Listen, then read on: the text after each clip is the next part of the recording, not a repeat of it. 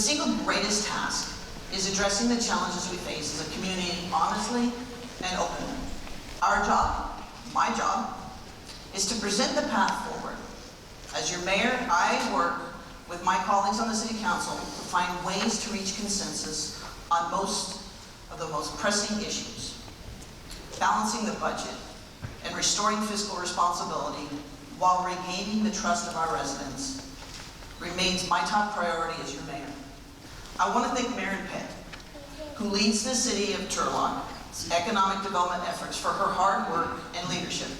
Mayor has and continues to do an amazing job for us. I have teamed up with the mayors of our 8 other cities to begin a dialogue with our county government about a more reasonable share of property taxes between the county and the cities.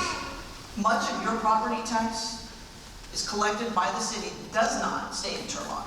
This is unacceptable. It's why I'm fighting for a more equitable solution that will not unduly burden county government, but help our city government provide some of the essential city services our residents expect and deserve. While running for mayor, I promised Turlock residents that I would not support building a $278 million surface water treatment plant unless we're able to find a way to keep our water rate increases reasonable. The project was originally estimated to cost $278 million, with Turlock responsible for $172 million. The average monthly cost for a typical residential ratepayer was estimated to be $79 in 2020, up from $41 in 2018.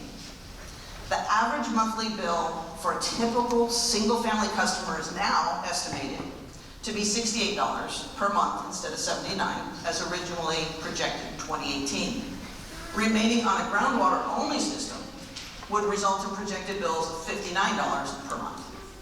While I'm happy that the cost of the plant has been reduced to $233 million, I will continue to involve myself in all aspects of the proposed water plant. In almost every neighborhood throughout Turlock, we have roads in terrible condition. Our challenge is cost. How can we pay for all the needed repairs? As we explore the short and long-term financial strength of the city, we have to have an honest conversation about how the city can pay for this massive problem. Road repairs must be done. Generating new revenue for this city is a critical component to solving Turlock's financial challenges.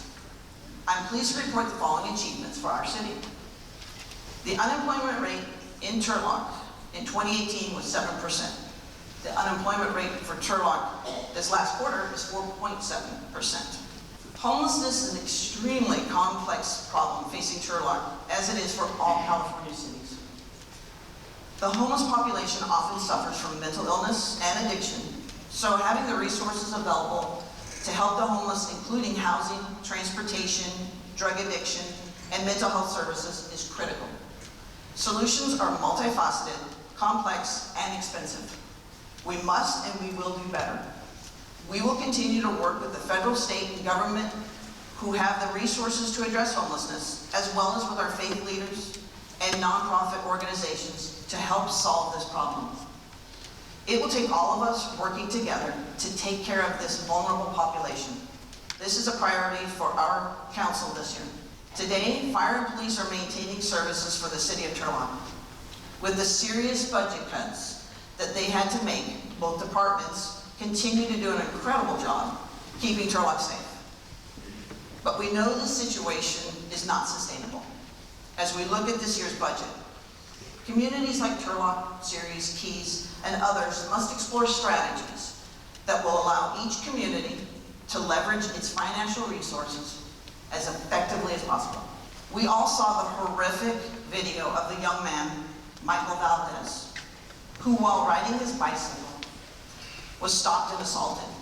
While asking assailants to stop, they stole his bicycle and his Nike shoes. Michael's mom was devastated that her son was hurt, and yet in addition to supporting her son, she called for the community to get help for the boys that hurt her son. What an incredible woman. We are so proud of her and Michael. This community came together and offered donations and words of encouragement to Michael And last Saturday, I attended a community bicycle ride honoring Michael. This event sends the message that in Turlock, we're not going to tolerate nor stand for bullying in our city. To witness so many children and families riding around the park in support of this young man was inspiring. This story perfectly exemplifies the heart of Turlock. With the inspiration of this story and so many thoughtful throughout this year, and based on our history of being known as the heart of the valley, I would like to announce my intent, with the support of my council, to create the Heart of Turlock Award. This award will be given annually to citizens of Turlock who perform exemplary acts of grace, justice, and kindness, just like Michael and his mom did. I have a rendition of what could be a new logo one day for our great city. The tagline is Turlock, the best of the earth and each other.